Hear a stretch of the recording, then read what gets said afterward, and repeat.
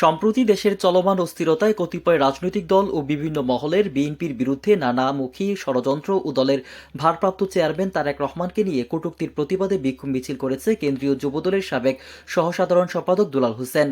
সোমবার সকালে উপজেলার ইসাপুর বাজার এলাকায় এ বিক্ষোভ মিছিল করেন তিনি। এ সময় তারেক রহমানের দেয়া ৩১ দফা বাস্তবায়নের প্রচারপত্র বিতরণ করেন।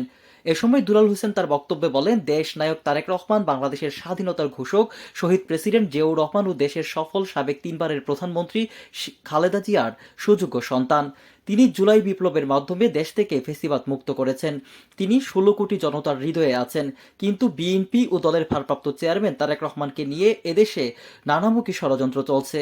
তারা এসব ষড়যন্ত্রে রুখে দেবে বলেও ঘোষণা দেন। তারা বিগত দিনেও আওয়ামী ফ্যাসিবাদের সরকারের সাথে তারা এই সমস্ত অপকর্মগুলো করে যাচ্ছিল। এখন আমাদের লোকজন সবাই সচেতন থাকবেন, এই সমস্ত অপকর্মকারীদেরকে আপনারা প্রতিহত করবেন।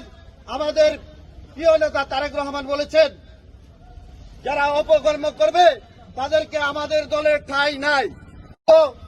একটি হত্যাকাণ্ড নিয়ে আমাদের প্রিয় নেতা তারেক রহমানের বিরুদ্ধে গুরুত্বপূর্ণ স্লোগান দিয়ে যাচ্ছে। আমরা বলতে চাই, তারেক রহমান বীরের বেশে